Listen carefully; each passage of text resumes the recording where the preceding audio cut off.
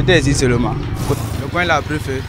Il n'y avait pas de sapeurs-pompiers. Les gens étaient obligés d'envoyer des seaux avec de l'eau.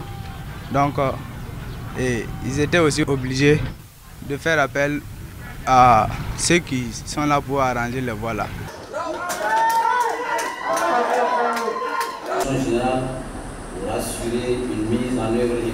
En ma qualité de porte-parole des forces vives de la région de l'Est, lors de sa tournée dans cette même région le 26 mai, effectivement, nous avons porté à la connaissance de son Excellence, Monsieur le Président de la Transition, les préoccupations majeures des forces vives, notamment, et des populations dans son entièreté.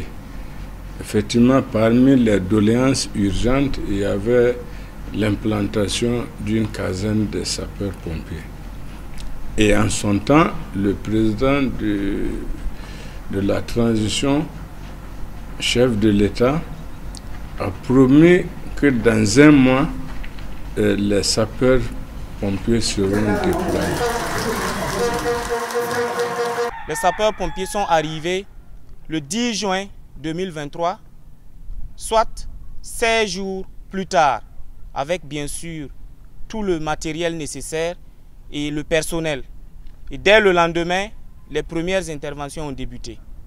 Nous avons entre autres les demandes de formation, notamment sur le secourisme et la sécurité incendie, les activités de sensibilisation, les demandes d'évaluation des risques, les visites de sécurité incendie, en plus de la population. Ce sont des structures comme la Socoma, la mine de Bungu, le CHR, la Direction régionale des transports de l'Est, l'UNICEF, voilà, qui demandent notre concours. Souvent, il y a des malades même dans les hôpitaux. Mais pour avoir des ambulances, pour les transporter, c'est tout un problème. Mais vu avec leurs arrivées, je crois que, en tout cas, maintenant, il y aura des vies qui seront sauvées.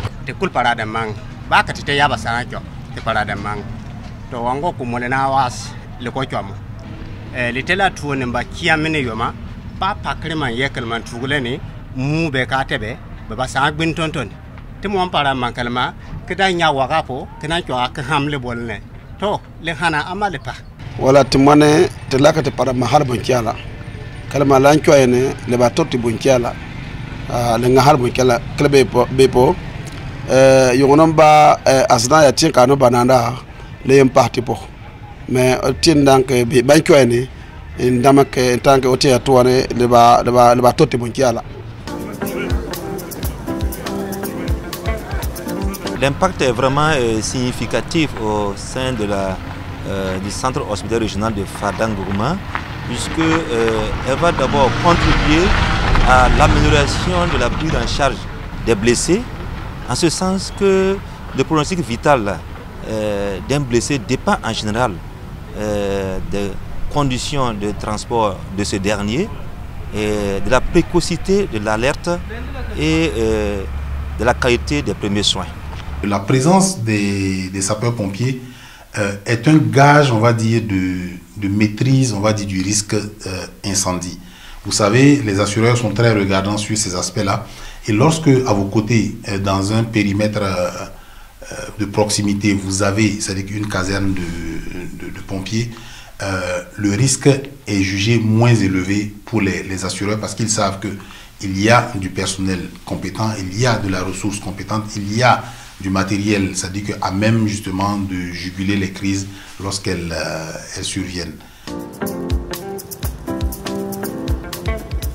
Actuellement, on peut dire que c'est un ouf de soulagement parce que au-delà des accidents qui sont enregistrés dans la ville, qu'ils ont commencé à prendre en charge, il y a aussi des évacuations qu'ils font. Il y a même cette sensibilisation de nos populations.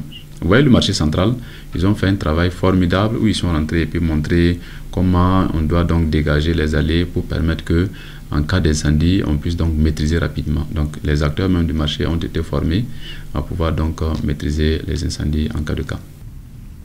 En dehors donc de sa mission spécifique, c'est une unité qui est venue renforcer le dispositif sécuritaire également au niveau de la région, et particulièrement dans la ville de Fadang Gourma, où le personnel participe aux côtés des autres FDS à la sécurisation de la ville.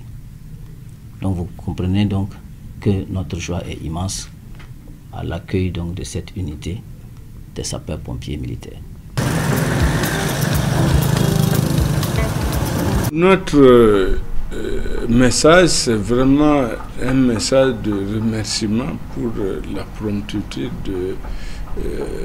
de l'installation des sapeurs-pompiers à Fadang Gourma.